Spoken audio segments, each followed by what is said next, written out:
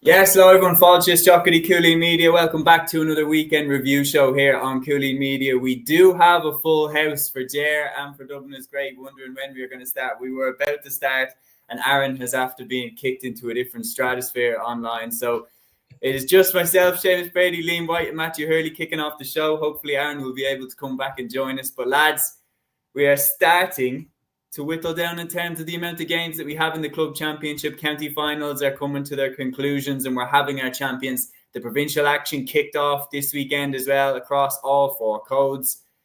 Matthew, I'll go to you first. Cream's rising to the top now. It definitely is, yeah. There's a load of shocks even at this stage of the championship. I'm sure we'll talk about it a bit later, but you look at Clonairon being out of the Ulster LGFA. You look at, obviously, out of the ballot beating St. Vincent and the Camogie. That was a huge shock there. And we expected a few shocks in the Leinster Football Championship. It just didn't materialise for those that watched the Port Arlington and O'Leckland game last night. I watched a bit of it, to be honest with you. I was at a Junior A game covering a game for the Southern Star, and I watched a bit of it. And from what I was hearing on Twitter, I'm actually glad I didn't watch the full game. It seemed like a terrible game of football there. And then a tie today. I watched that in the background while watching a Cork County final, and it looked like a tie were well over Ballygunner today. And it probably shut up Aaron a bit in the pod during the week, saying a tie would be beaten by Ballygunner. Even Summerhill got a comfortable win as well.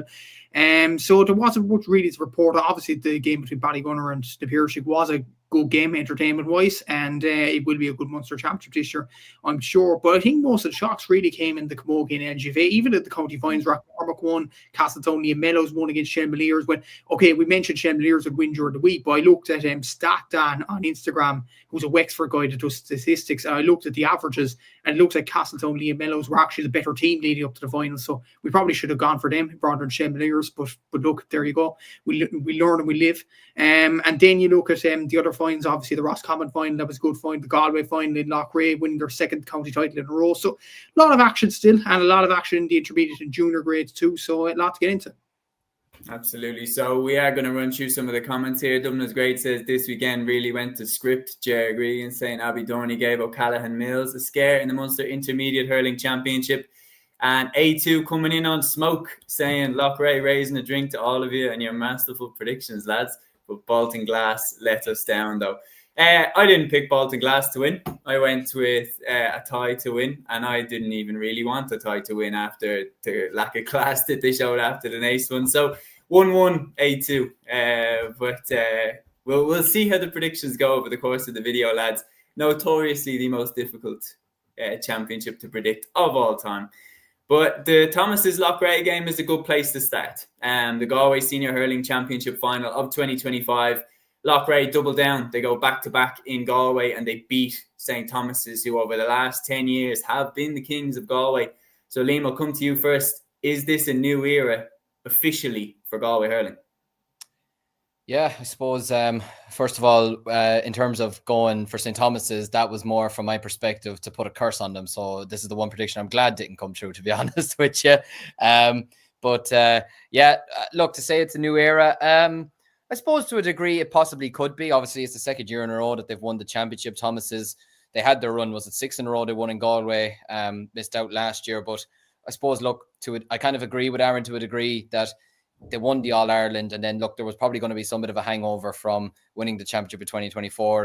But look, it was taking nothing away from Capitagle last year, beating them in the semi-final. They deservedly beat them and, pushed Loughrea all the way last year in the county final. But yeah, this year's final, I thought they might have bounced back. They had Trevor Fletcher in there this year, who's a very well-respected coach, has had a lot of success in around Kilkenny and Offaly with the down senior hurlers this year as well. But yeah, no, I knew that it wouldn't be a simple game for St. Thomas's. Obviously, you guys said it the other night that probably thought St. Thomas's would win, but you wouldn't be shocked if Loughrea got the win, because they are a very, very good side. And yeah, look, it's a fantastic win for them. Back-to-back champions is not an easy thing to do in Galway. There's a lot of really, really good teams in Galway. You've your Clarence Bridges, your Thomases, your Capitagles, and obviously your Loughrea's now. So yeah, no, look, it's an unbelievable win for them to do it first, to do it back-to-back. Not the best of evenings for a game, I will admit that. But look, we've not had the best of weather last couple of weeks, so a lot of games probably not going the way maybe we'd love to, like they would in the summer. But at the same time, it kind of brings out a different side to games anyways at this time of the year. But yeah, it was kind of mad. Like I was looking at the scoreline, 11 points to 6 at halftime. you know, it was some unbelievable shoot from Loughrea. You had Tiernan Cúilín, who had 3 points, Anthony Byrne 5 points. You know, the two of them are serious players. The Cúilíns are fantastic players, and I really like Anthony Burns. You know, the first real glimpse I got of him this year was against Clare in the league, and I thought he was exceptional then. And you know, I thought he maybe didn't get enough chances maybe this year with Galway, but maybe after today they might look at him next year and think, right, you know, we've got a good corner forward on our hands here. But look, as you'd expect, Thomas's came back in the second half. They battled back. You had Conor Cooney, who finished with 110, with 1-1 coming from play. The decisive goal from Darren Shaughnessy in the final minute of normal time. It looked to have really won it for Loughrea. It was very, very dramatic. And then, of course, you have Cooney, who struck with the 25-meter free, I should say, into the back of the net. But yeah, Loughrea managed to hold on in the final couple of seconds, which was really, really impressive from them. And yeah, not only do they go back-to-back at Galway, but they have a chance to reach an All-Ireland final as well. They'll be into the All-Ireland Semi Final against the winners of Ulster, which is never simple. You know, we must remember the last time an Ulster side took on a Galway side in the All-Ireland series was a Dunloy bet St. Thomas, ironically. So, you know, it won't be simple for Loughrea, but having watched them last year against Na Fianna, I thought they were probably unlucky not to beat Na Fianna last year. I think they probably came the closest to knocking out Na Fianna out of all the clubs last year in the club championship. So, yeah, but no, fair play to them. Deserved champions in the end. And, start of a new era. Potentially could be, but I suppose it'll come down to maybe if Loughrea could go on and win an All-Ireland like Thomas's did, or maybe win 3 in a row next year. But for the time being, I'm sure they're just delighted to have gone back-to-back. Yeah, no, it's an incredible achievement, and Aaron has managed to get back into the goal with us. Welcome back. Good to have you with us. Aaron, we were just discussing, I'm sure you must have caught the end of Liam saying there, we're just talking about the Galway hurling final. We have a few comments to run through here. Jer saying Éire O'Guinness will win the Munster Club Hurling Championship. That's my bold prediction. Peter says, hey lads, shout out to Liam, was driving around Midlands on Friday evening and caught ahead of the game. Great show, lad. Very interesting interviews and insights. Saying historic 2 in a row for Loughrea. Ballygunner who won 3 junior ones in a row. Anthony Burns, probably the top of Donoghue's list from last night. He was absolutely superb. A2 then coming back saying Galway is just a strange championship. I suppose Salt Hill in the football and St. Thomas's in the hurling just seem to underperform year after year. And I do think, like, this point here from Peter saying weather in Salt Hill was biblical. Like, the weather is just, it's always an unknown factor into the game. And, like, just the way that it can switch up the game plan, everything like that. And Liam, you have a question in here from Dublin is great. What time is Liam's radio show on? So I don't know if you want plug, but... Jesus, I didn't think my radio show would be getting this much traction on a Sunday night. Jesus. It's at 7:00 every Friday evening on Midlands 103. We cover all sports, soccer, basketball, rugby, Gaelic games. I suppose next week's show will be mostly predominantly GAA because we'll have Clough-Ballacolla taking on Castatown-Gagan, as well as Kilmacud taking on Ballyhale Shamrock. So the main focus will probably be on them, and then it's just trying to work out during the week. I'm going on about the rain sound like we won't. And I remember that was the game that we lost. Both teams. We lost against Watford 2-1 that night. I can remember Alex Iwobi scored for us. Jesus, yeah, that was. Then we lost to Chelsea. That was peak Arsenal banter. That was a few weeks after that. We lost 5-1 to Bayern Munich when AFTV really set in. So that was a tough time as a fan. But we won't mention that. But the show's out every Friday night at 7:00, and this week's show will be mostly predominantly focusing on the games coming up in the Leinster Championship next weekend. Yeah, no, Ty all-time legend. Like him and Chris every year at the start of the year just used to say they were going to win the quadruple and stuff like that. It would always get to December and then it would have a Christmas dip. Like that's when the Wenger out would start. Jerry says we haven't finals should be played nothing right. Interesting point. But anyway, go ahead, Lim. No, when he's saying we're top of the league now and favourites, and I still sitting here going we're not winning it. So that should tell you everything I need to know about Arsenal. Yeah, I don't. You never know. It could return to peak AFTV if Arsenal managed to bottle it from this position.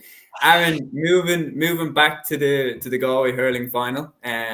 Although we could do an hour on Arsenal Fan TV, to be honest, the content from that show. But going back to the Galway hurling final between Loughrea and St. Thomas's. So an incredible win for Loughrea. Going back to back is a serious achievement. And now, as Liam touched on, they're only 1 game away from an All-Ireland final, only 2 games away from an All-Ireland title. How much of an advantage is that to have over the Munster teams, the Ulster teams, the Leinster teams? that they have to come through hell in the provincial championship to get to that semi-final. Is it a plus or a minus in terms of their chances of winning an All-Ireland? Depends really how they manage it, really. Like, it can be a plus, but we've also seen, like, remember St. Thomas a couple of years ago lost to Dunloy. So, do you know what I mean? And so, like, it definitely can happen. Like, you can have a huge gap there without, obviously, there'll be one of 4 teams that they can play. They'll probably narrow it down to maybe one, or, you know what I mean? Like Slot Neil or St. John's, maybe, like, not to be disrespectful to St. Satanta or the Down champions, but like, so they'll probably be able to narrow it down, but it'll be very hard to prepare for that type of a game. Obviously, going into Christmas as well, and everything else, hard to sort of kind of keep up the attitude and the training wise and everything else. So depends how they manage it. Like, obviously they're in the semis last year, so they would have got a taste for it. They would have known sort of the preparation that was needed kind of going into the semis. This year's preparation will be a little bit different, but without question, it's a massive, massive chance because, like, St. Thomas, as we know, won 5 in a row in Galway, incredibly dominant. It lost out by a point. It was narrow. It was a very close game. Obviously St. Thomas got a late goal towards the end with Conor Cooney to maybe make it a little bit more closer than it was, but still, still relatively close enough game. And St. Thomas are still a top team. They're not going to go anywhere. They're definitely going to still be back in the mix next year. So it's a massive opportunity, definitely, for Loughrea to get to an All-Ireland final and potentially win it. If you get to a final, you're only one game away. No question about it. Whoever they play in the final, there's a strong chance the other team is favourites because of the fact that whoever gets to the final is going to have beaten big teams, from Leinster in their own province as well. If it's a Munster team, they'll have beaten big teams. A Leinster team will have beaten big teams. So, that team might be the favourite. So Loughrea will go into the final potentially a little bit under the radar, and that could suit them as well. But like St. Thomas a couple of years ago. So, it's absolutely massive for them. Yeah, I think that's a good answer because we've seen both sides of the coin over the last few years. We've seen how St. Thomas's caught Ballygunner cold in the semi-final in the year that they went on to win it, and we also saw how Thomas's themselves were caught on the hop by a brilliant Dunloy team who then pushed Ballyhale all the way. So it's worked both ways in the last few seasons for St. Thomas's. Obviously, Loughrea coming in a little bit different. They played against Na Fianna in the semi-final, and look, Na Fianna were brilliant last year. Like, they were deserving champions, and that thing that you can't really look at that and say, well, Loughrea were off the pace because they were playing against a really, really good team. So it's really, really interesting to see how it will go this year. If they lose in the semi-final in back-to-back years, then maybe we can start having that conversation. Peter is saying here, lads, what's your take? Oh, Aaron's been booed again. Jesus, I didn't do that. But Peter says, lads, what's your take on letting Galway champs into Munster or Leinster? Maybe Leinster, like Galway seniors, 20s, etc. I think that's a very interesting point, Peter. The only thing is then is how does the semi-finals work at that point? How can you work it? I wouldn't want to go into another round robin after the provincial chat. Like, I would not want that at all. It's an interesting one, but I don't think it happens. The only thing that I can think of is the GA just need to invest in the counties in Connacht and try and get some clubs in Connacht that can compete with Galway clubs, because like a lot of people would say like, oh, that's crazy, that's stupid and whatever. But when you look at, Ulster heritage in hurling, you look at like the Down, Derry, Antrim are probably the 3 strongest counties in terms of hurling heritage up in Ulster. Yet Donegal have been making huge strides in terms of the levels that they're getting to. And over the next few years, Satanta will definitely, stand their ground in the Ulster Championship this season, but they're only getting better as well. And I think that has to be the way that we're moving forward, to try and get Roscommon clubs stronger, to try and get Leitrim clubs stronger, Mayo clubs stronger, so that eventually maybe we can go back to a 4-province inter-county system as well. As much as I like having Galway and Antrim and Leinster, it shakes up the championship. But that should be the goal that we're trying to get back to, not just focus on what's at the top, but also improve everything underneath as well. Peter says, yeah, Galway final and champ could be staggered out a bit more. Dublin's Great says, I think it is a bad thing because the Galway champs come in untested. I wouldn't say untested. They have a huge test in the Galway final, but after that, yes, they are twiddling thumbs for a little while. I think Galway should move the final back a couple of weeks. I mean, that's probably, up until now, probably the fairest answer out the lot. But no question about it, Loughrea completing an incredible achievement this weekend, going back-to-back in Galway, and they will prove a difficult challenge for whoever has to come up against them in the remainder of the championship. They're only 2 games away from completing an All-Ireland title, and who would bet against them? So we're going to move on then, lads. After the Galway hurling final, we're going to move from hurling to football, and we're going to talk about the Roscommon Senior Football Championship final. Liam, do you want to hide for a few minutes while we talk about this one? I'll just piss off for 5 minutes. I've been Liam. Catch him on the Friday show. But Matthew, I'll go to you for this one first. St. Brigid's overcome Pádraig Pearse's after a replay. Talk me through this one, man.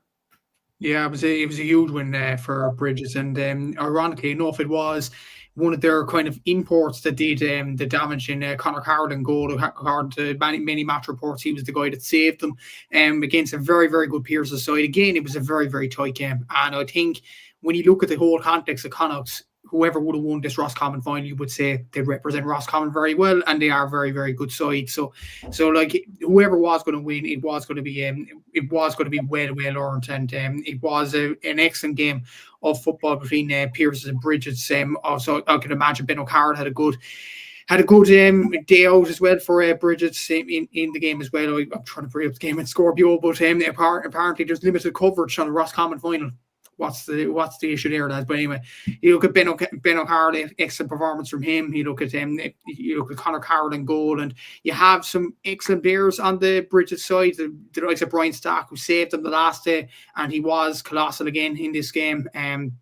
Obviously, the likes of Pierce Frost as well, who goes in under the radar a small bit in the back line. So look, Brigids utterly deserved the victory. They will be a brilliant opponent, obviously, for the likes of Ballygunner Stephenites or North London Shamrocks, whoever makes it to the semi-final. They will be going in as favourites for that.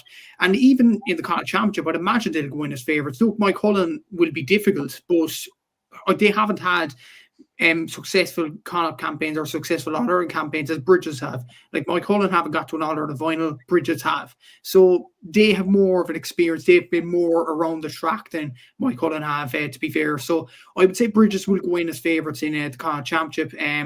But then again, it is a very, very tight championship to win. Who's to say Ballygunner Stephenites can't cause a shock? The Mayo fans might come at us and say that, okay, Ballygunner Stephenites might be underrated a small bit, and Brigids might be overrated and will cause a surprise here or there. But I still think Brigids are favourites. Might be eating my words, but I think Brigids are a very, very good side, and they will be certainly one of the favourites for Connacht, considering their past experiences of getting to All-Ireland finals and playing in Croke Park and things like that as well, and the players that they do possess. It is very, very good. Of course, Anthony Cunningham is the manager, who won a Connacht title with Roscommon. He is an excellent coach. So look, Brigids will be hard bet. They are a very, very good side, and they'll take on Connacht, whoever they come up against in the next few weeks.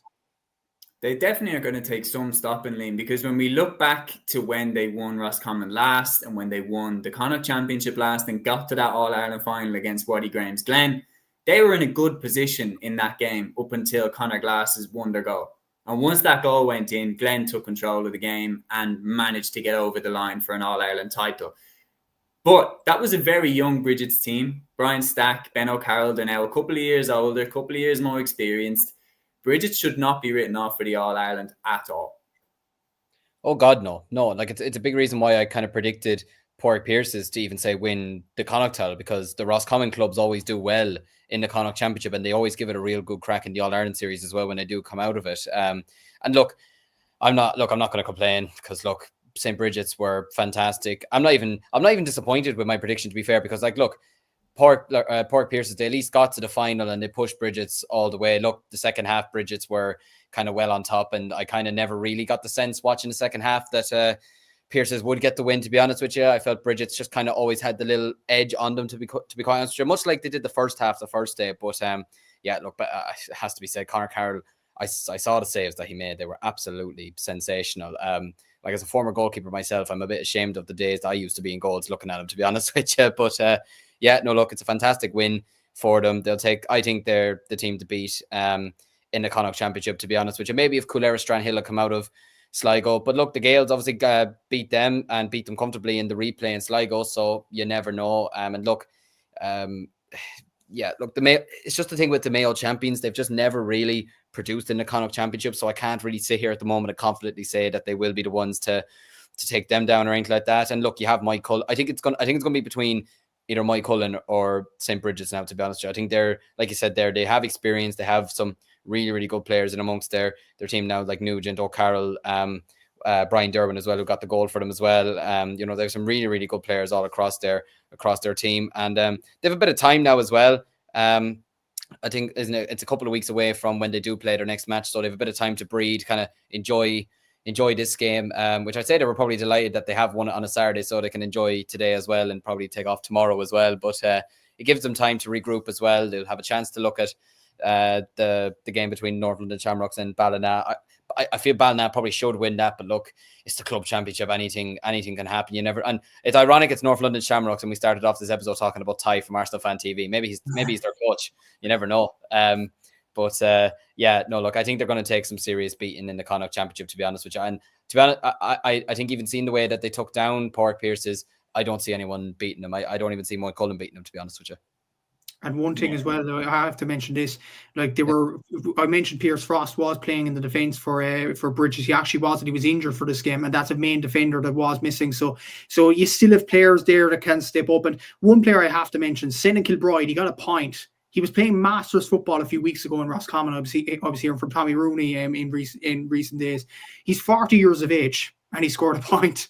Like you can remember him doing so well for Roscommon seniors in the past, about 10 years ago or whatever. But for him to step up and put on a jersey and play for Pearses in the senior team at that age, we talk about old fellas doing it for their clubs. To do it at the highest level possible, to do it with a good side like Brigids as well, deserves a lot of credit.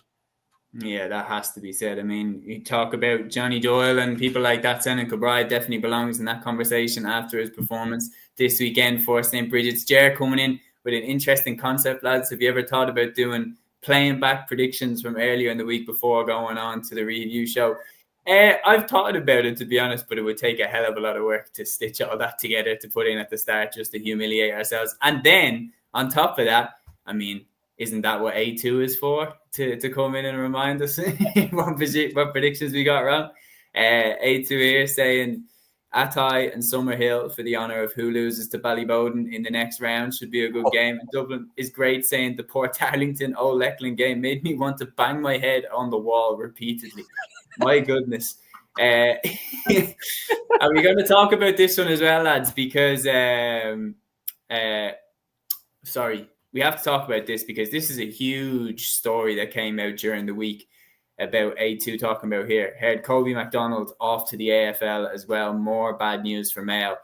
Colby MacDonald moving to the AFL is a huge story because, again, that's another top-class Mayo player going to Australia. From Pierce Hanley to Oisin Mullen, and now we have another one going. Matthew, I'll come to you for this one first. Colby going is a massive blow to Mayo. Maybe he'll return, but for a guy that talented to be missing out on his services, it's a big blow.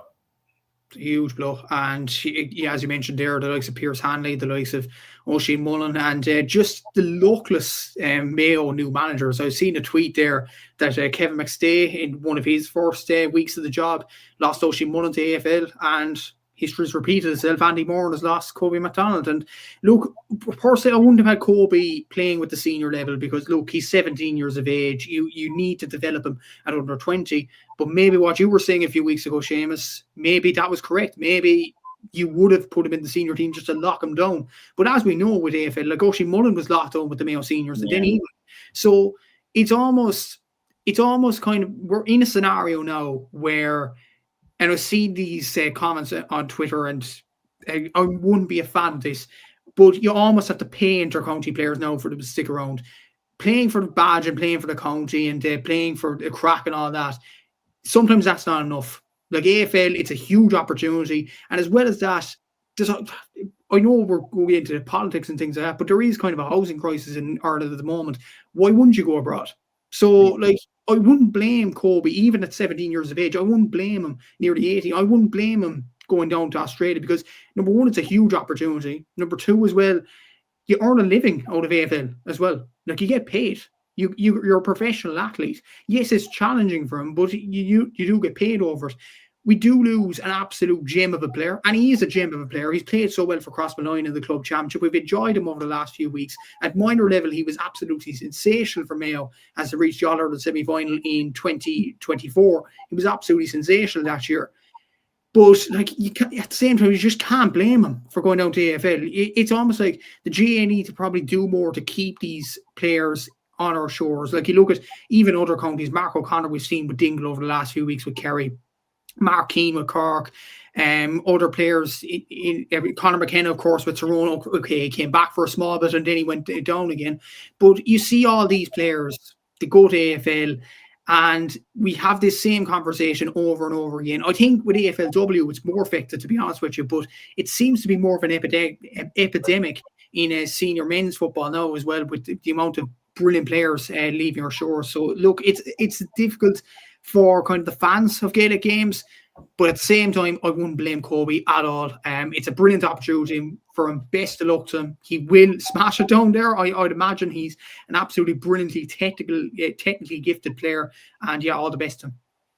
Yeah, no, you put it well there. Peter agreeing, saying spot on, Matthew. Economics and life definitely factors to really consider. The Aussie lifestyle can't buy that. Jer saying, well, there is a housing crisis in Australia too. I mean, there is. It's probably due to the amount of Irish people that are going over there and taking, like, there's a lot of Irish people moving over there, which is another thing that maybe should be considered, that, you know, maybe he does want to experience that lifestyle and everything like that. Look, there's no question about it. In my opinion, just because Kobe is going to the AFL, he will play for Mayo one day, in my opinion. But it's the question of how long will he be gone for? What years will they lose out of his prime? And will that have an impact on their ability to win the All-Ireland? Because losing Oisin Mullen, without question, has had an impact on how good Mayo are. Because Oisin Mullen was one of their best players, and losing him was critical to the Kevin McStay era in charge of Mayo. Because how many players, top-class forwards, like a David Clifford or a Con O'Callaghan, would Oisin Mullen have been marking that then he wasn't there to mark, and Mayo ended up losing key games like that? So there's something to be considered there. There is no question about it.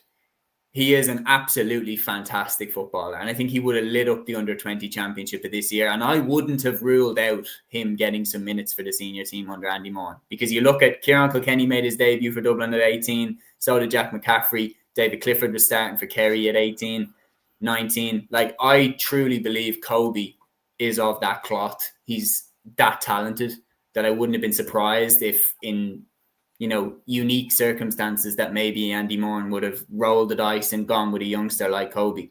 So there's no question about it. He's a supremely talented footballer, and he will smash it, in my opinion, in the AFL, especially giving him time.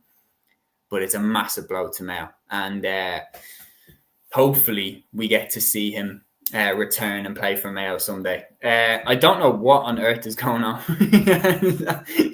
Asking where is that? Whatever is that? Maybe it's just, I don't know, bad Wi-Fi. Short explanation probably solves it. That's it. Let's see. Is Aaron being snapped by the AFL every time? I think Aaron's hamster is dead. My. Peter says, Woolley does Irish down under profile. The contracts issue is key. Some players just end up on reserves. Kobe will definitely be a starter for a Perth or a Melbourne team. The one thing is that has to be considered is the physicality of the game down there as well is massive. Like that 4 or 17 going on 18-year-old going over there, it's going to be a massive test for him to adjust to the physicality of the AFL. But I think he has the capabilities to do it, in my opinion. And I just hope that it's not a Pierce Hanley situation where we don't really see him play for Mayo. Like, Pierce definitely obviously did play here and there, but the best prime years of his career, he didn't play for Mayo. I think he would have made a big impact if he had have. Aaron, you're back with us. A lot of people there's a conspiracy theory brewing here to what's going on. People saying that the AFL are coming after you. Yeah, I've no idea what's happening, to be honest. Like, the computer keeps saying it needs to do updates, and then it does the updates, and then I get back in, and then it still says there's more updates. I have no idea what's going on. to be honest. But look, unfortunately, we'll probably have to go rogue and do it off the phone for this episode. So hopefully everyone can hear me. But no, yeah, I'd agree with what you lads were saying as well. To be fair, it is a huge loss for Mayo. There's no doubt about it. Like, they keep losing big players to the AFL. And especially such a young star as well, like, not to get, at least with Ushie and Mullen, they got a couple of years out of him. So to not even get anything out of Colby McDonald is going to be a big blow. And yeah, it's, it is unfortunate. Look, I know, like, obviously there is a bit of a Dublin Mayo rivalry and everything else, but you want all the best players to play in the GAA, regardless of whether they're from Kerry, whether they're, Mayo. And I don't know, maybe, thankfully enough, us Dublin fans haven't lost too many players to AFL down the years, maybe the odd few, but generally not the best one. So yeah, it is a big blow to the GAA and definitely to Mayo.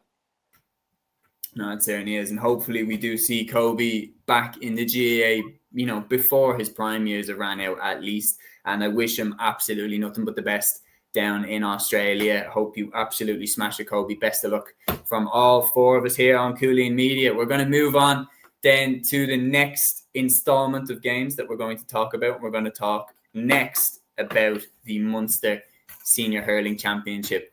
Liam, I'm going to come to you for this one first. It concerns Ballygunner and Na Piarsaigh. So in the Munster Championship today, Ballygunner battled past Na Piarsaigh in the Munster Senior Hurling quarter-final. A real arm wrestle of a game, but Ballygunner, through outstanding individual displays from the likes of Patrick Fitzgerald, who especially caught my eye, they battled past Na Piarsaigh. Interestingly, it's the fourth year in a row now that Ballygunner have beaten Na Piarsaigh. They're really cashing in on this period of time now for Munster success. When you're looking at what they achieved in the 2000s compared to what they've now achieved in the late 2010s and on into the 2020s, they're starting to really turn that now into silverware. The question is, can they kick on from here now and go for an All-Ireland? Oh, that's their ultimate aim, let's be honest. Like, I feel like Ballygunner have gotten to the point where, of course, look, you want to win your county championship, as every club in the country does. But I feel like Ballygunners has gotten to the point now where we don't judge them on winning the Waterford Championship. You judge them on winning, and even the Munster Championship, you judge them on winning the All-Ireland, to be honest with you. Because like, even with their 3 in a row in the Munster Championship before Sarsfields bet them last year, it almost felt like people still felt like they were underachieving, which is crazy to think that, they've had 13... was it or 12 in a row in Waterford, 3 Munster titles in a row and an All-Ireland, and yet we're still sitting here thinking they've underachieved, so maybe they're just victim of their own success to a degree, I don't know, but look, it's a strange one, first of all, that it's the 4th year in a row that they've gone to Limerick, to be honest with you. I find that one a small bit strange, because I thought it had to change. I'm only speaking from our own club perspective. Like, we had to play O'Loughlin Gales 2 years ago in Tullamore, but now we're going down to Kilkenny. So for me, that makes sense. So I don't understand. Maybe one of these can explain later. I don't know what the reason is that they're going down and why Limerick teams aren't going to Waterford. But regardless, look, it's a fantastic win for them. They were kind of in control in the first half, leading 8-5 at half time. Look, second half, look, it has to be said, I feel like Na Piarsaigh kind of shot themselves in the foot in a way, to be honest with you, because I felt it was a very even enough game, but they just missed a few too many frees, to be honest with you. Let too many chances go begging. Ballygunner's pressing, I have to say, I was very, very impressed with. They were hunting in packs and they were very calm on the ball as well, working the ball out from the back. And look, when they had to take their chances, they did. You had Desi Hutchinson finishing with 5 points, Patrick Fitzgerald with 4. Harry Ruddle, who was playing at wing back, really, really impressed me, finishing with 3 points. I think he got the man of the match on TG Cahir. So yeah, look, it's a great win for them. To go down to the Limerick champions like Na Piarsaigh, obviously the bet Doon last year, and beating Na Piarsaigh 2 years ago as well, and going down there and beating them again is a really, really impressive achievement. But you got to give credit to Na Piarsaigh as well. They put up a huge battle against them, especially with, having to go to extra time against Doon in the Limerick final there. What was it, 2 weeks ago? They really, really battled hard here. And look, they could have maybe snatched something in the end, but look, ultimately Ballygunner showed their experience. They showed their class. And they look forward now to a semi-final. When is that? In 2 weeks' time, is it? Or 3 weeks? When is it? 2 weeks? 2 weeks, yeah. 2 weeks' time against Sarsfields, which I'm sure they'll be replaying what happened 12 months ago in their minds, and trying to look for a bit of revenge there. But look, I think that's going to be a cracking game. It's one to really, really look forward to now. But yeah, look, I think they probably deserved it just about enough in the end. But yeah, Na Piarsaigh really nearly gave them a scare. They absolutely did, and like the game was in the melting pot there, like going down the home stretch, and the question was asked of them and they had the answer. And there's no doubt when you think about the quality that is in that Ballygunner side, the winners that are in that Ballygunner side, they will be thinking about the 2-3 that Shane O'Regan scored in that game last year and how that put them to the sword. So they are going to have that playing on their head, exactly as Liam said. And it's going to be some game. It's going to be absolutely incredible. Aaron, like we have the comments pouring in here about it. Peter saying back in SARS to beat Ballygunner. Ballygunner versus SARS will be a cracker in Walsh Park. There's no question about it. We're in for a special game between these two again. 100%, yeah, no, it definitely will be a cracker. There's no doubt about it. I mean, we remember the game very closely last year, and the game it kind of dealt up, and everything else that went with it. I think today's game was interesting. Like, it definitely wasn't the best game of hurling I've seen. It was a very kind of old-fashioned game of hurling. Like, it was a massive scrap. Like in around the middle, there was a lot of long balls floating in. There was heavy challenges at times. It was a very stop-start. It definitely wasn't Ballygunner's best performance, but I think as Desi Hutchinson even said, like in his post-match interview on TG Carr, like, you know, like sometimes you're not always going to play your best, you know, and ultimately you just have to kind of dig deep and find a way to win. And that's what they did in the end. Like the final 10 minutes, it was interesting. Like, for the opening probably 50 minutes, they were probably below par. But for the last 10 minutes, that was when they kind of needed to up it, because like they always kind of had Na Piarsaigh at arm's length. And then all of a sudden, Na Piarsaigh were a point up with 10 minutes to go. And then they kind of just upped the levels. They kind of upped the percentage levels after that. So, really excited for the game between them and SARS, especially after what happened last year. Ballygunner have obviously been caught a couple of times in Munster in previous years. So, it should be a really interesting game. Yeah, definitely will be. Pádraig Lennon saying here, our lads yesterday were going for goals all day from the ball thrown in, and that cost us. That's why Brigids won. If they went for the points, it would have been a lot closer. Obviously, that's speaking from a Pádraig Pearce's point of view. A2 saying Ballygunner looked beatable, though the worry is that game will bring them forward a good bit, given the lack of competitive games the last few weeks. And Peter saying they are there for the taking. SARS will make hay.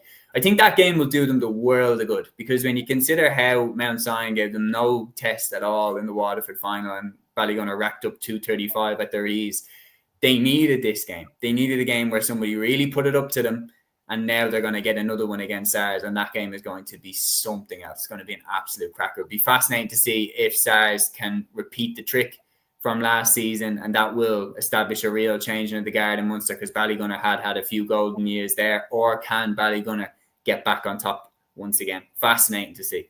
We're going to move on just after this comment from Pádraig saying, could we see Loughrea and Moycullen both win the All-Ireland? Very interesting.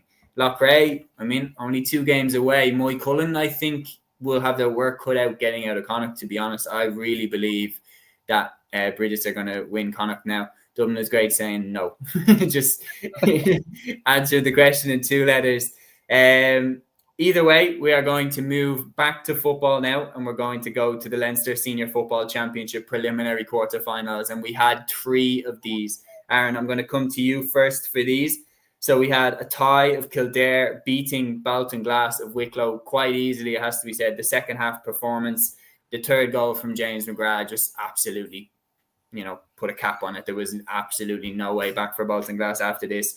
Summerhill of Meath also beat Kilo Young Emmets of Longford quite easily, 222 to 116 in that game. While on Saturday's game, Port Arlington kind of held Old Leckland at arm's length by the looks of things from match reports and everything like that. I didn't see the game myself, but 112 to 6 points. And just reading the comments there from the lads in the live chat there, it doesn't seem like there was much competitiveness put towards Port Arlington in that game.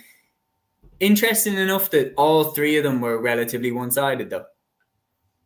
Yeah, absolutely. Like, I think we were definitely expecting some closer games. Obviously, I predicted Baltinglass to be a tie, so that was definitely a prediction that went pretty wayward. And to be fair, I have to say it as it is. A tie were absolutely brilliant. They were very, very good. They beat them to the sword.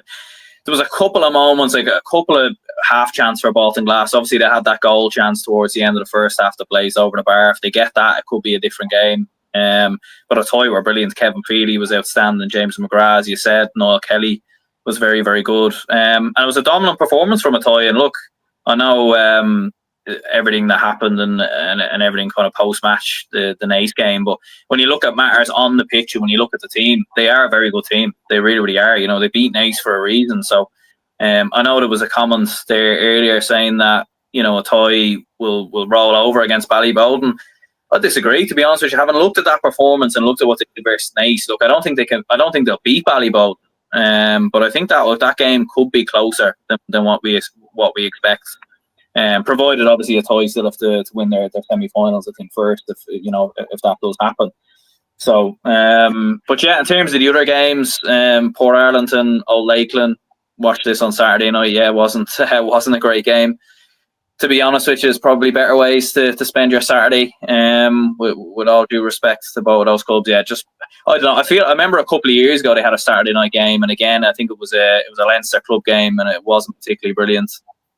So it's probably just the timing and everything else, the weather, the conditions, just wasn't a particularly great game. Port Arlington were just comfortable, really. You know, they didn't have a huge lead, but they never looked like they were ever really going to get beat, to be honest. And yeah, Summerhill, Killow, I haven't seen too much of that reports or anything like that, but from keeping an eye on Score BO, it did look relatively comfortable. So yeah, three very handy results, and no real shocks, which probably isn't in line with what we've seen maybe in club championship so far this year. Yeah, I think when you look at the games, like, because coming into this game, what I was saying in the prediction, and one of the reasons why I went for a tie is because I was saying, look, if Naas had beaten a tie, we all would have picked Naas to beat Baltinglass, and I was going to give a tie the respect that they were due for beating, you know, the Kings of Kildare and everything like that, and taking the crown off them. And they looked really, really good. And the thing is, when you look at Summerhill, some of the players that they have, the likes of Owen Frayne, when you look at, you know, a tie, some of the players they have, the likes of Kevin Feely, James McGrath is one that really stood out to me as well. At county level this year, we saw a changing of the guard where Dublin were finally dethroned. And the Dublin clubs have had dominance over the Leinster Championship over the last few years. Liam, could we see, and don't be biased, could we see a changing of the guard in Leinster this year? We possibly could. I suppose, look, it's kind of the same with like Naas being knocked out in Kildare and a tie going through. I feel like a lot of people are looking at Ballyboden because it's not maybe Kilmacud Crokes and thinking, oh, this is a free shot now or whatever. But like at the end of the day, you got to give still respect to Ballyboden for winning the Dublin Championship, which is not an easy thing to do. And it would have been the same if Nafina had won it. You know, you're taken down. And I say a lot of people would have seen Cúilín that way last year, thinking, okay, they've won the Dublin Championship. They're happy now. You know, they're easily beatable this year or whatever. And then, you know, they win and won the Leinster Championship. They win and won the All-Ireland, you know, and like I know the scoreline in the end was a lot closer in the final between them and Eric O'Kieran, but you saw the football they played in that first half and they were absolutely sensational. So look, for me, I still think whoever comes out of any county, you have to respect them, especially with the club championship, because the club championship is the most unpredictable. It's like the championship in England, you know, it's so unpredictable every single year. You know, you don't know what's going to happen. The team that you think is going to do well falls short, and the team that you have no expectations for comes up and wins all the goods. So I think, look, you have some good teams there. Look, I was keeping up to date with the Summerhill game. They were struggling in the first half. Kiloo were really putting up against them. I think they were 10 to 7 points up at one stage. I think around 25 minutes into the game. But once Summerhill came out in the second half, they really, really pushed it on. And when you have players in your team like Owen Frayne, who I rate very, very highly, especially after seeing him a lot more closely this year with Meath, you know, Summerhill would be right up there. You have a tie who, like you mentioned there, they knocked out Naas, so they definitely deserve the respect from that perspective that, you know, they can be a challenger for the Leinster Championship. And then you have the Downs, who have Luke Loughlin, who at the moment is playing probably the best football of his career, you know, and if he could drive them forward, then you just never know. They got to the final in 2022 in Leinster, so they're going to be a big team. Port Arlington, even speaking to Ronan Coffey last week or during the week for this game, he said himself that they didn't just let themselves down last year, they let the county of Laois down last year in the way they went out, so they were definitely looking to put that right. And look, truth is, I saw the first half yesterday before I watched some of the Galway final. It wasn't a great match, I'll admit that. But look, Port Arlington won't care one bit. They got the win and they won convincingly, which I know Pat Rowe will take a lot from that. They have a good, solid defence. I mean, they've conceded 13 points in their last 2 games overall, which is really, really impressive, especially at this time of the year. You need a crucial defence. But But yeah, no, look, I think it's going to be very interesting next couple of weeks. It's definitely open. I will say that. It's definitely open. But I think until a team actually takes out Ballyboden, St. Enda's, and actually maybe even puts out maybe even a bit of a statement, like I don't think the Wexford champions will beat Ballyboden. I think they'll get past that. But if one of the Downs or say Tullamore could take them down in Mullingar or Tullamore and beat them maybe convincingly, you could maybe start talking, maybe not even power shift, but you could maybe start looking at it thinking, okay, is there a bit of a changing of the guard? But I feel like you'd want to maybe see that next year, the same way we're talking about Loughrea taking over in Galway, because they've done it back-to-back years maybe. Well, that's it. Part of it for me is that you're looking at Ballyboden's fixtures, and I'm just saying that in my opinion, they will get past Castletown, and then I think that they will shade whoever comes out in that semi-final, be it Tullamore, be it the Downs. I think they'll still shade it. I think if they were to face a tie, potentially in a tie, or Summerhill in Summerhill, I think that could have been a game where maybe Bowden would be turned over. But I think regardless, then you go into a final in Croke Park. I think you have to make Bowden's favourites for that. Now, I do think a tie have the players to trouble them, and so do Summerhill. Summerhill have the forward line to trouble them, obviously spearheaded by Owen Friend, but I would still back Bowden to win Leinster at this stage. But the one thing that we're seeing in the club championship is just when you think that this team is going pretty good, they lose their next game until we come on to the ever-presence like the Kilkerran, Clonburns and stuff like that, which we'll touch on in a bit as well. But sticking with Saturday, Matthew, I'm going to come to you next for this one. The Ulster Senior Football Championship preliminary quarter-final. On the last episode, we were talking about Sean O'Leary, Newbridge and Derry and how they're going under the radar now, back-to-back Derry champions. Could be an outside bet to win Ulster. They've done themselves no harm in terms of that, expectation that we have for them. An impressive 6-point win over Dunloy of Antrim, who have caused problems. Like the Antrim champions, I know not Dunloy specifically, but the Antrim champions have been a bump on the road for people in the past. Sean O'Leary's Newbridge passed this test with flying colours. You would say with flying colours, look at the full-time scoreline, but apparently after 40 minutes, Dunloy were 10 points to 8 up. And then Callum McGrogan, the wing-back, gets a goal for Sean O'Leary's Newbridge to make it 1-8 to 10 points. Sean Elliott then levelled us to make it 1-8 to 11 points. That was Dunloy's last score of the game at 48 minutes. And then Sean O'Leary's Newbridge got 4 scores and they ended up winning comfortably. Mark Doherty getting a point, Conlon McGrogan and Oisin Doherty getting a 2-pointer each. And then Oisin Doherty finishing it off with a free at the very end of the game. So looking at that, Dunloy really put it up to Sean O'Leary's Newbridge. They were ahead at half-time in this game. So you have to give Dunloy a lot of credit. And Antrim football must have been proud of Dunloy's effort, considering they were first-time champions in 89 years. But look, it was a tricky game for Newbridge, but they got over the line, and you can't say anything against. But look, it's progress. Oisin Doherty got 6 points this game. Sean Young got 2 points. Mark Doherty got on the score sheet. McGrogan from midfield got a 2-pointer. Conor Doherty got 2 points as well. Obviously, McGrogan from wing-back got the goal as well. Callum McGrogan, that is. And another McGrogan from cornerback got it, Mark McGrogan. So I think they're all related as well. So as we mentioned during the week, there's kind of family feel in this team. So that is a good thing for Newbridge going forward. They face Madden next in the Ulster Championship quarter-final from Armagh, and that will be a tough game. It's on TG Carr. You'd make Newbridge probably favourites, considering Newbridge have a score settle number 1 with Armagh teams having been knocked out by Clonairon last year, and number 2, they're more experienced in the Ulster Championship campaign rather than Madden. Madden's probably kind of a fairy tale story with the Grimleys and things like that. But Newbridge, I do feel like they are a very, very good operative side. They are a very good side, in fairness. They know how to navigate Ulster Championships. Yes, they lost last year, but that defeat to Clonairon kind of will stand to them. They are a very, very good side. And Keelan Malloy for Dunloy, to be fair, this game deserves a lot of credit. He got 6 points. Sean Elliott, as I mentioned there, got 1 point. Both Antrim hurlers, as well as that, Ryan McGarry's an Antrim hurler. He got 1 point from centre back. Maybe the Antrim boys will consider changing, codes in the next few years, I suppose. You look at Ryan McGarry there, Keelan Malloy, Sean Elliott, like they're very, very good players. And yeah, it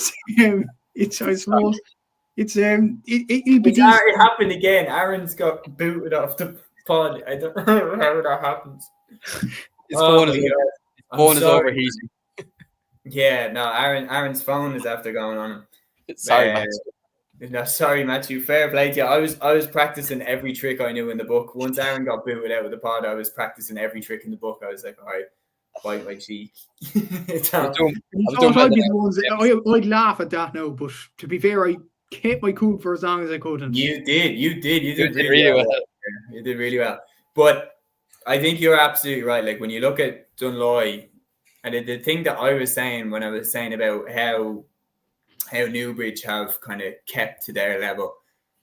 Aaron, you're back with us. You literally caused a meltdown, and the three of us burst out laughing. Oh man, I haven't a clue what's going on, lads. The phone is overheating now and is going to blow up. So I don't know what's going on. I could be gone in a couple of minutes again. So we'll see. But you know what? It's unbelievable, and I cannot believe this. Every time I've thrown the question to you, you've lasted. Like, and then the minute that you're done your point, that's when you get booted out. Like, it's like the people that are kicking you are being polite. I don't want to interrupt the episode. I'm like Chris Camaro over here or something. I don't know. I don't know, Jeff. I actually seen someone did a Halloween costume with that. It was one of the best Halloween costumes I've ever seen. But yeah, Matthew, just to bring it back to Sean O'Leary Newbridge, what I was saying when I was saying about how that they've done their status as, you know, an outside shot for Ulster. They've done that no harm in this game is people that are not just kind of casually observing the club championship. They don't understand. I feel like they don't understand how tough Dunloy would be to beat and how, you know, grinding that game would be. And the fact that going down the home stretch, Sean O'Leary Newbridge just took over that going down the home stretch and finished really strong. And that's the time that matters. That's the time when your mettle is being tested. And there's no question about it. The way that they won, they didn't blow Dunloy out of the water by 10 points, 15 points. They won low-key enough, but still impressive when you look into it. And in my opinion, it's not like they've gone out there and beat them by 20 points and announced themselves as the team to watch. They will go under the radar, but I feel like Kilmacud, your Scottstowns, they're going to have to be wide awake to the threat that Sean O'Leary Newbridge will bring. And I think that they absolutely are to be taken serious. Peter coming in saying Aaron like Leonard Nimoy in The Simpsons when he just vanished. Very cool from Peter. Very good. You're going to set us all off laughing again. We're going to move on the pod. Aaron, I will come to you next for this one. Just going to give a big shout to the Leitrim champions Cúilín, who beat Carrick by 210 to 110 in the Leitrim Senior Hurling Final that was on Saturday, and to Clonmel Commercials, who beat Upper Church John Bain by a goal of 9 to 8 points. But Aaron, where I'd say your Munster predictions, your heart was in your mouth when you saw Newcastle West taken to extra time by Father Casey's in the Limerick semi-final, but they're through. They win 216 to 14 points. They will face Mungret St. Paul's, who beat Adair 17 points to 113 in the final. How are you feeling now heading into that game? Yeah, like Newcastle West, to be fair, they've been quite ropey at times through Limerick. Like I think they had a couple of draws earlier in the year, and now they've gone and needed extra time. Kind of a weird one. Like they won quite comfortably in the end. So when you look at the final score, you probably think it was quite comfortable, but it definitely wasn't that at all. It definitely went down to the wire. In fairness, like even looking at it here, like Emmett Richter, he scored 1-5. Ian Corbett 1-2 as well. So both of those goals obviously coming in extra time. So yeah, huge from a Newcastle West perspective to get over the line. But look, there's no question about it. Who is it they're playing in the final again? Mungret St. Paul's. Mungret St. Paul's. Look, they'll definitely take confidence as well from the fact that Newcastle West haven't been flawless. You know what I mean? So they'll definitely take confidence as well. And I think, like, if you were looking at it, although I did predict Newcastle West earlier in the year, I think if I'm being honest, I'd be very surprised if they did come through Munster at this stage. If they were to come through, I think the side of the draw that they're on as well, I think they would have to beat Dingle and then possibly the Cork champions. So yeah, I think it probably was a prediction that won't happen. But if it does happen, what can I say? You know what I mean? Yeah, I'm straight back to the TikTok comments if that comes true. Yeah, 100%. But yeah, I would say that they're like an outside shot, but I still think it's going to come from either Dingle or St. Finbarrs. I think that's Era O'Guinness. I think have been are definitely to be taken serious. But I think Jared there even saying that Éire Óg is for the Munster hurling. I think they're spinning a lot of plates, and we've seen it with Loughrea Castleiney as well, that like once you win both, it's very taxing to go for a run in the Munster Championship in both codes. It's very, very difficult. And I think there's a reason why we haven't seen really anybody win provincial titles at club level in both. Like that would be just an absolutely insane achievement if somebody were to do it. But we're going to move then. I'm going to give a county final each to you two lads. Matthew, I'll start with you first. The Waterford Senior Football Championship final. That saw Rathcormac beat the Nair by 112 to 110. Rathcormac now quietly have put 3 in a row in the Daisha. Yeah, and Rathcormac really pushed Dr. Crokes all the way in the Munster semi-final last year. Yes, a low-scoring game, 9 points to 8 that day, but you have to take Rathcormac seriously. In fairness, they do have some absolutely excellent players in their team, like the likes of the Curry brothers. They seem like a very good team in Waterford, and they seem like a team that will take a lot of confidence after this win over Denair. Jason Curry got 110 in this game. You look at Michael Curry got a point for midfield in this game as well. Conor Murray, who I really rate as Waterford senior, he got a point at corner forward. Billy Power got a point as well in this game. James Power got 2 points. Glenn Power had a brilliant performance at wing back. He got 3 points in this game, and obviously a brilliant cornerback performance from Willie Hallisey as well. Got a point in this game, and it was a good display from Rathcormac nearly all the way through. But it was very tight. Like the Nair did level it right at the end through Dermot Ryan to make it 110 apiece on 59 minutes. But then Billy Power and Willie Hallisey got the last 2 points to see it for Rathcormac in this game in stoppage time. So a very good win for Rathcormac in the end of this game. They were 1-5 to 1-4 up in this game. Yes, it was tight all the way through. Denair, you can't expect anything else from them. They are a very good side in Waterford football circles. But I think the goal from Jason Curry right on the stroke of half time put Rathcormac in a commanding position. That put them 1-5 to 1-4 up. And yeah, they didn't look back after that. It was a good display from Rathcormac to get over the line. Special mention, obviously, that Dermot Ryan got 2 points for Denair. Aaron Ryan got 4 points. Dylan Gowrie got a goal and a point as well from full forward. So, look, Denair, they are unlucky to lose this game. But Rathcormac, you talked about Éire Óg there and Clare, and maybe Joe might weigh into this. I do think Rathcormac have a serious chance. Like, they pushed Dr. Crokes all the way last year. Éire Óg haven't proved their worth in Munster over the last few years. Yes, they're spinning a lot of plates, and fair play to them in the dual commitments. But they've been probably talked up in the Munster football over the last few years. They do have a fantastic group of players, like the likes of Iki Muguero and Gavin Cooney and all these players. Obviously, David Reedy, when he was playing football, I'm not sure is he playing football this year. Aaron Fitzgerald, of course. But they don't seem to put it together in the Munster Football Championship. That'll be the challenge for them this year. And I think Rathcormac could really put it up to them in that Munster quarterfinal. Yeah, and Jer, if you are still with us, we would love to get your opinion on a potential matchup between Rathcormac and Éire Óg, or whoever Éire Óg will go up against in the Munster Championship should they come through that game. Liam, your county final, your next one was the one that took place today down in Wexford between Castletown Lean Mellows, who came out on top, beating Shelmaliers by 14 points to a goal and 7. They now move on and they face Ballyboden in the Leinster quarterfinals. Yeah, it's hilarious. We have Wexford taking on Dublin in the provincial championship in hurling and football, so that'll make it very, very interesting. But yeah, look, will they do a double header? Will they fuck? Not a chance.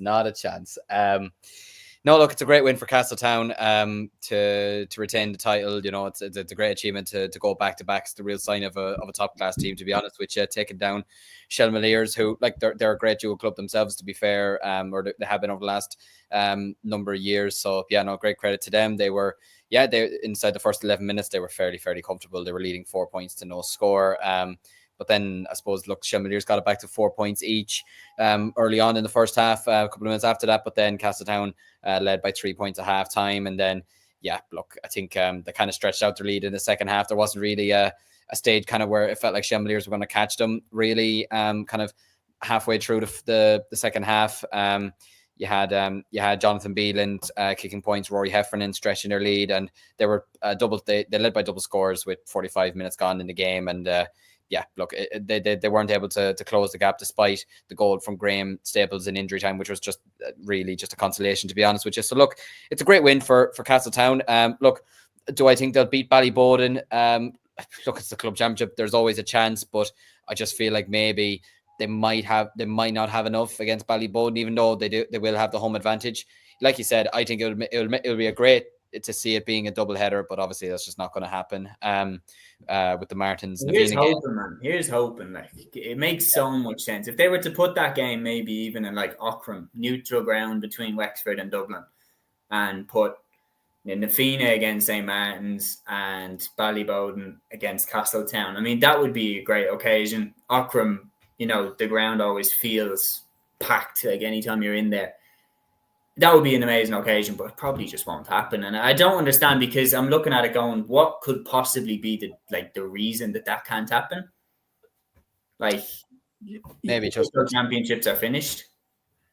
Yeah, I suppose I was about to say maybe with given that, say, the Wexford Championship was only just finished today, whatever. But then, like, they set out these fixtures. Like I'll be honest with you now. I've known we've had to play the Kilkenny champions or the Offaly champions have had to play the Kilkenny champions since about February, March. Like, they set these fixtures out early on in the year. So you are actually thinking, you know what? If you're setting them out that early on in the year, there maybe is potentially room to maybe make it a double header. But look, I suppose, maybe it's a story for another day. I don't know. But yeah, it's definitely something that they could potentially look at in the future, maybe. I hope they can. I really, really hope they can, because things can be moved around last minute. We've seen it happen multiple times. Things can be moved when pitches get called off and everything like that. So let's hope that we can make a double header here, because that would be a really cool occasion for both counties. And it would give the opportunity then for, Dublin fans and Wexford fans to go and see the two champions go up against their opponents in the provincial championship. But sticking with action that took place on Sunday, when we were looking for potential giant killings, we eyed up this game, Kilmacud Crokes against Dunshaughlin in the Leinster Senior LGFA Semi Final, because Kilmacud Crokes have been perennial All-Ireland contenders in the All-Ireland LGFA Club Championship. We looked at Dunshaughlin with some of the talent that they have, the likes of Niamh Gallagly, players like that, Maeve Byrne as well. And we thought maybe Dunshaughlin could be the ones to dethrone them in Leinster. Not even close. Kilmacud Crokes 2-9, Dunshaughlin 5 points. And then on the other side, Tinahely of Wicklow beat Milltown of Westmeath 3-9 to 10 points. Tinahely will face Kilmacud in the final. Liam, I'll come to you for this one. Yeah, it's a bit of a shame. I thought maybe Dunshaughlin could have had a great opportunity here to maybe have a go at Kilmacud Crokes. I still would have predicted Kilmacud Crokes to win the game, but yeah, just 2-9 to 5 points is a really tough beating for them to take, to be honest with you. And I think it just shows the dominance of Kilmacud Crokes as well. Look, maybe if Sylvester's had won the Dublin Championship, maybe it could have been a lot closer of a game. That's probably the one thing you could say about, the teams that maybe do take down the Giants in a respective county, that they might win the next round. Like you mentioned there, you're giving the respect to Ty winning the Kildare Championship, that if Naas had won, you'd have been backing them every day of the week to beat Balton Glass.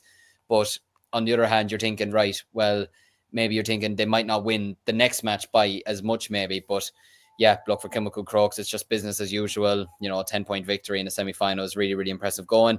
And yeah, unfortunately, from a Milltown perspective for Westmeath, beaten by Tinahely, but that's a great win for Tinahely to get to the Leinster final. 3-9 to 10 points is a very, very impressive victory. Look, do I think they'll be able to take down Kilmacud Crokes? Unfortunately for them, I don't think they will. I just think Kilmacud Crokes have too much firepower, and I think they're still the strongest side in the Leinster Championship, and probably maybe even arguably could be in Ireland as well, given the success they've had over the last number of years. But yeah, look, it should make for a very interesting final. Dunshaughlin will be very, very disappointed after this. They had a great win the last day over Ballygunner Dora, and they put up a big scoreline as well, and I thought maybe they could have taken that into this game, but obviously things just didn't work out in the end.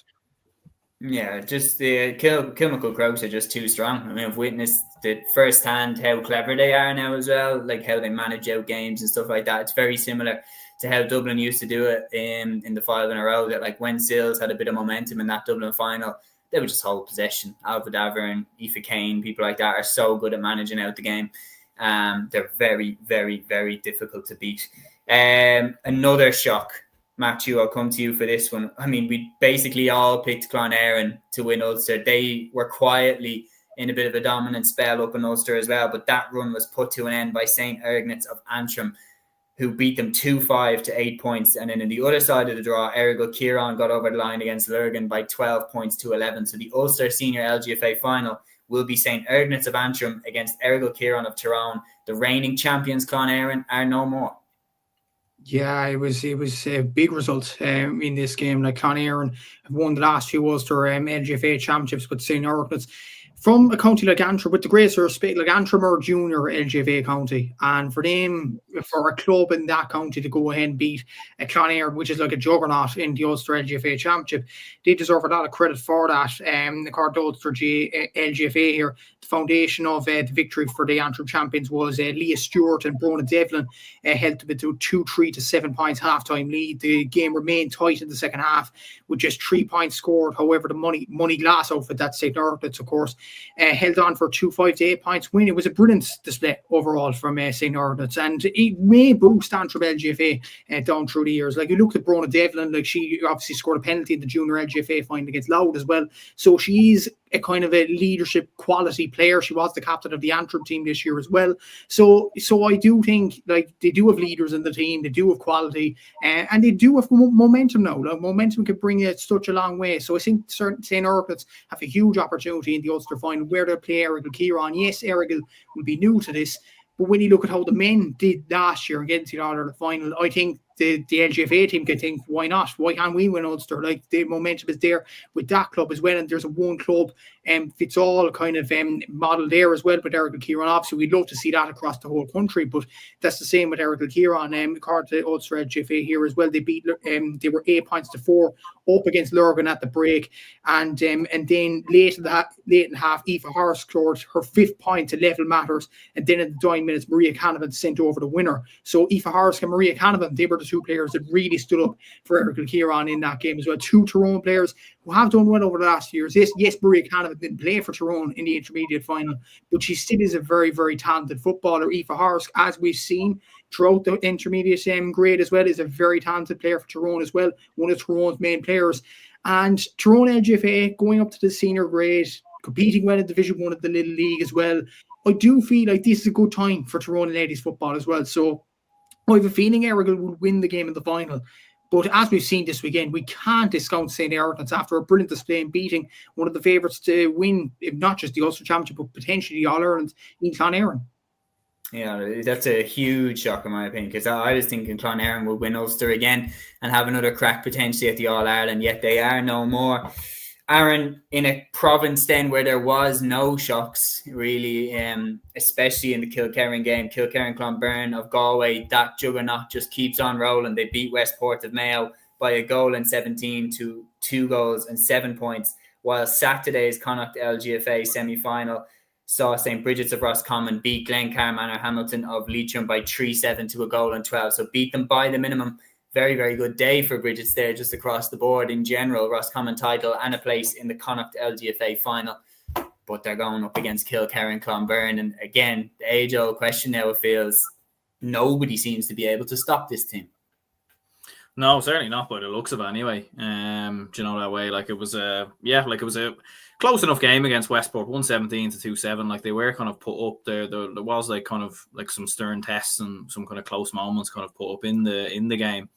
Do you know that way? But yeah, like they came through it in the end, and it will be very, very hard to see anyone stopping them from looking at it. Like, Brigids, like, obviously wouldn't have a huge amount of knowledge in terms of how they play ladies football wise, but no, I think Kilkerran-Clonberne from looking at it do look far, far too strong at the moment. Yeah, no, Kilkerran are going to take some stopping. Matthew, I'm going to come to you for the next provincial final. Unbelievably, we saw history being made this weekend. Comer Rangers win their first ever Munster Senior LGFA title. They beat Southern Gales by a point. What an incredible victory, Matthew. Yeah, it's a brilliant victory for Comer, and may I say well done to Mr. Prendergast for predicting Comer Rangers to win the Munster Championship. It was a brilliant win for them, in fairness, over a decent Southern Gales side who not just only had Schaefer O'Shea in their team, but they also had Anna Galvin, Marianne Bulger, and Rachel Dwyer as their captain. So that's like a bulk of the Kerry team who were competitive for All-Irelands in the last few years. So they deserve a lot of credit for that in getting over the line. And Comer built up a very good half-time lead in this game. Southern Gales struggled to get into it in the first half, but then they made a comeback in the second half. There might have been a win there in the game, in this game, in the final, but But then again, like Cormorant, they deserve a lot of credit for kind of withholding that storm in many ways, and getting over a very good Southern Gate side in many ways in the final there as well.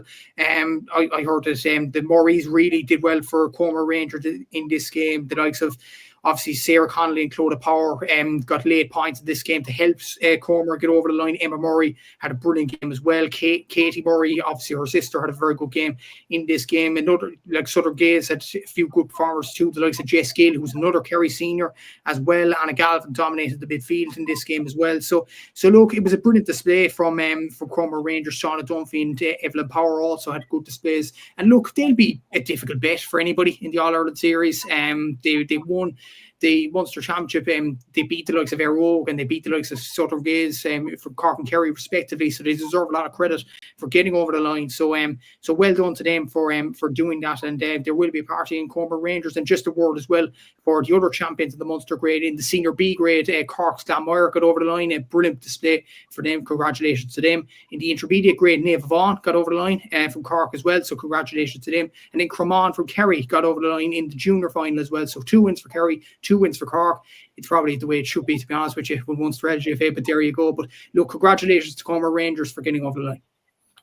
Oh, they were absolutely brilliant. And like, to be honest, to double down first of all and to firmly take the crown off Ballymacarbry and Waterford, who had achieved over 40 titles in a row, and to take it off them last year and then to beat them the way that they did this year in the Waterford final really stamped their authority on the championship, that now the Waterford LGFA Championship is in a bit of a new era.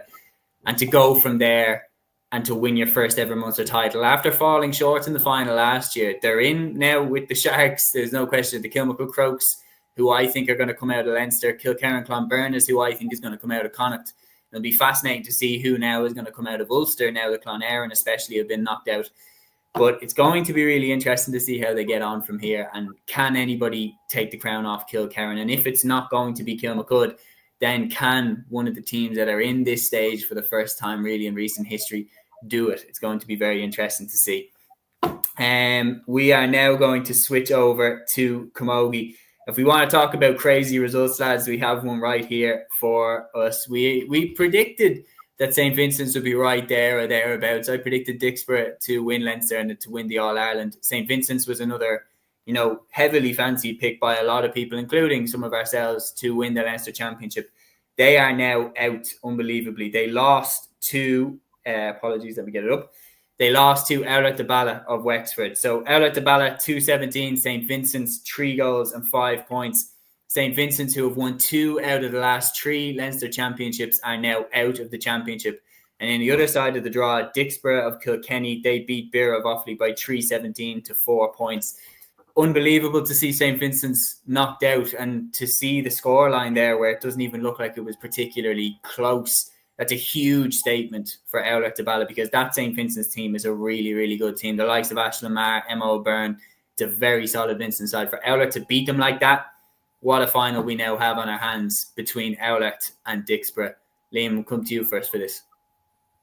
Yeah, and I was covering the Dixborough Burr game today in Burr, and yeah, look, it'd be fair to say that it kind of felt more like a training session for Dixborough, to be honest with you. And it's no disrespect to Burr. Look, they are a good team themselves. They have some good players in their team. Look, the likes of Roisin Kinsella really, really tried her best today at centre back, and she's a tough bit of stuff, but it just wasn't to be for her, unfortunately. Sarah Harding, who got a hat trick in the Offaly final.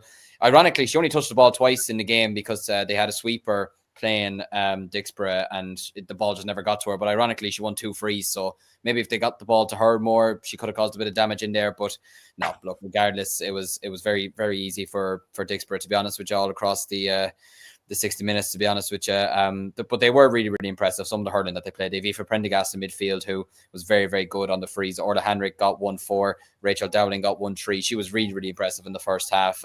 She took her goal really, really well. Amy Clifford as well had a solid game. I thought their centre back as well. It was Caoimhe Dowling. Sorry, Ciara Phelan was wing back. Was absolutely fantastic as well. So look, great win for them. I think Burr only scored 1 point from play, if I'm not mistaken. Let me just get it up here.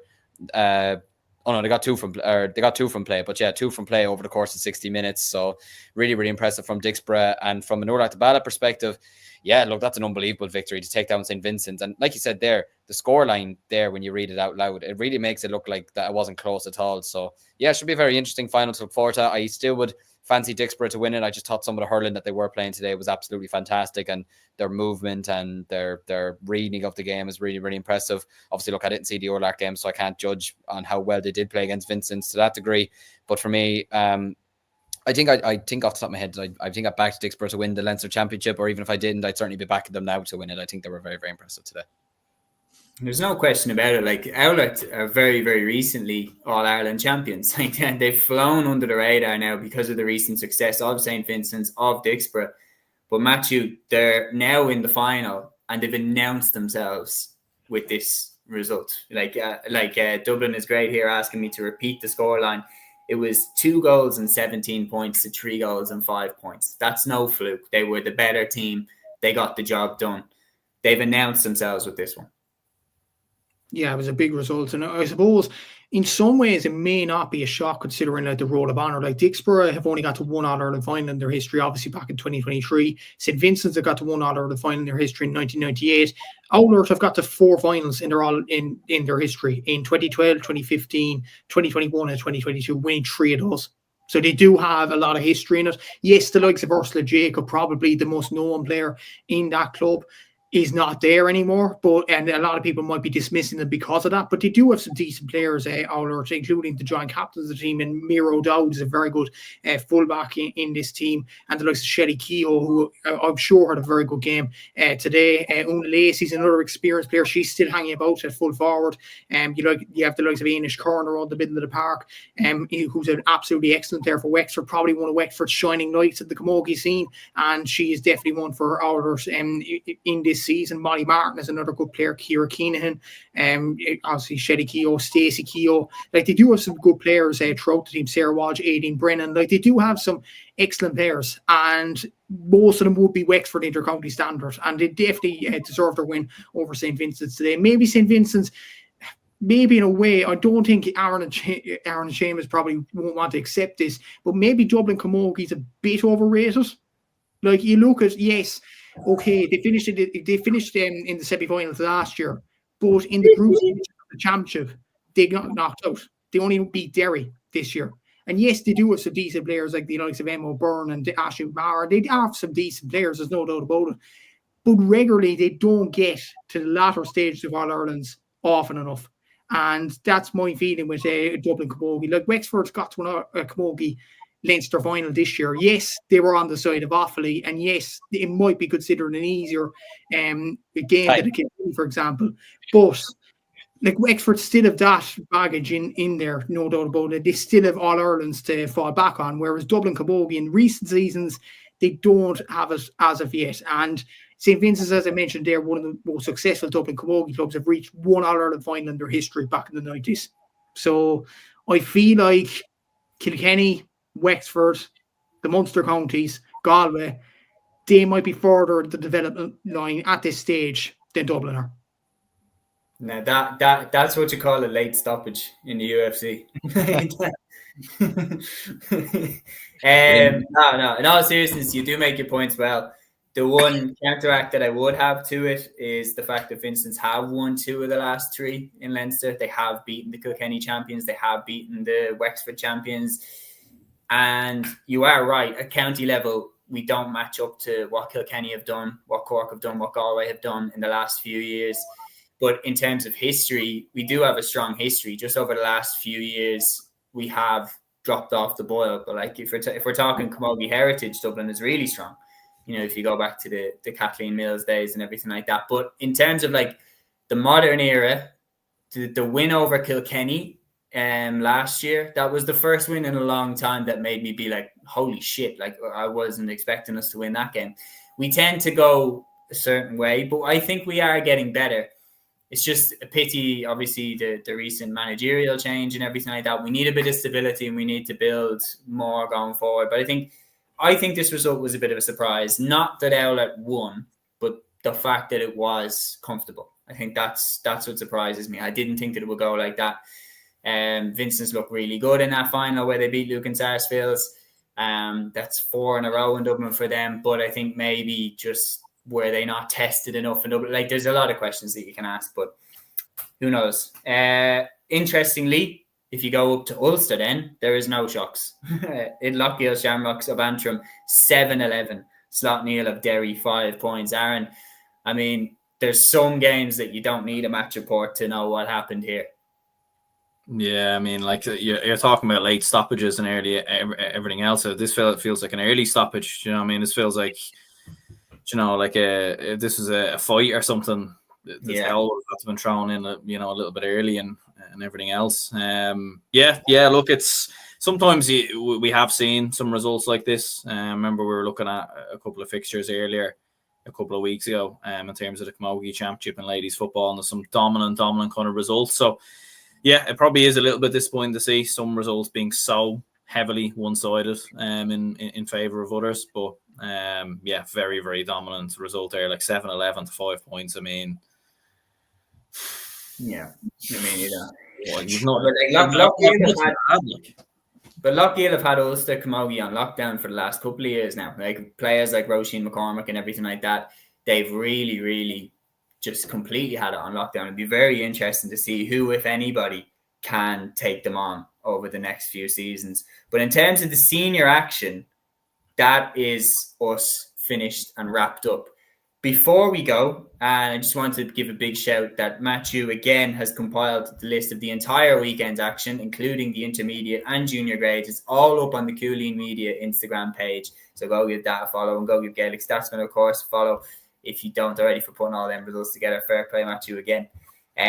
But is there any game in particular, Matthew, out of the intermediate or junior that you would like to highlight before we wrap the show up?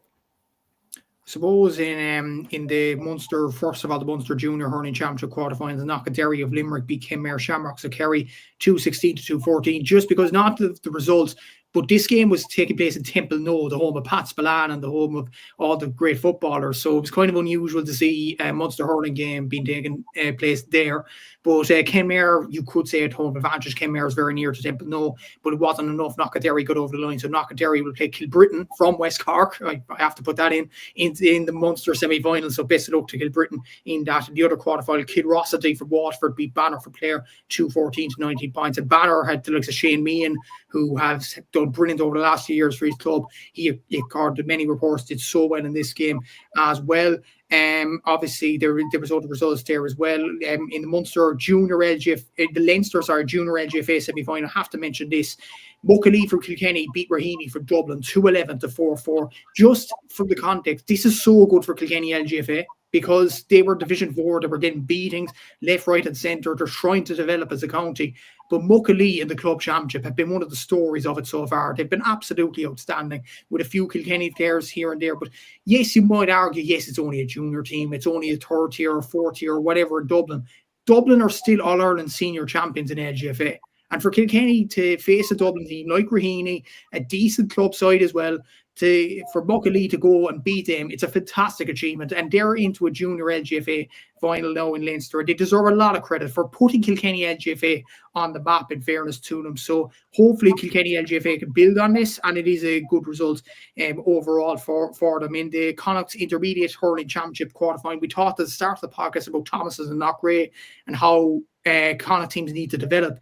In the Connacht quarterfinal, Turin from Mayo beat 4-0 from Roscommon from 117 to 112. This is a Turin team that reached the final against Monaghan from Limerick a few years ago, and they competed very, very well against them. They've the likes of Fergal Boland in this team, who is a renowned hurler. Yes, he scored a point for Mayo against Donegal in the All-Ireland group stage, and he might be renowned for that and being a good Mayo footballer. He's a damn good hurler, though. And I do think the likes of Turin, the likes of Askey from Sligo is another example as well. I think those sort of clubs need to get up to the level of the Galway clubs, especially when you see Satanta from Donegal compete in the Ulster Senior Hurling Championship as well. So I think that'll be the next step for Turin if they manage to go on a run in the intermediate, similar to what they did back in the day as well. As you mentioned as well about, or Dur in the comments, should I say, mentioned about O'Callaghan Mills from Clare. They beat Abbey Downey from Kerry in the Munster Intermediate Hurling Championship quarterfinal 119 to 117. Obviously a difficult defeat to take for Abbey Downey and a difficult defeat for Kerry Hurling to take, considering Kenmare Shamrocks lost as well. But look, to come as close as they did against a Clare side like O'Callaghan Mills. They deserve a lot of credit for that, in fairness, as well. And one result I have to mention as well in terms of the Ulster Junior Football Championship quarter-final, Munter Connacht from Cavan beat Clonmore Robert Emmett from Armagh. It was 180-215 after extra time, but Munter Connacht won 3-0 on penalties. The penalties course from Armagh continues, unfortunately for him. So I had to put that there as well. So yeah, a lot of action this weekend. Congratulations, as I mentioned before, to the likes of David Vaughan and Glanmire from Cork, who won Munster LGFA crowns this weekend too. Yeah, no, very, very good games there, and it's crazy when you repeat the penalty curse and everything like that. Yeah, that is another show wrapped up, lads. Fair play to Aaron's computer for saving the day there at the end as well. We are going to wrap up the show right there. And yeah, thank you to anybody who tuned in during the show. Thank you to anybody who dropped a comment. We will be back here live on Thursday at 8 p.m. for another weekend preview show. But until then, enjoy the week, and we'll see you all then. Instinct, baby.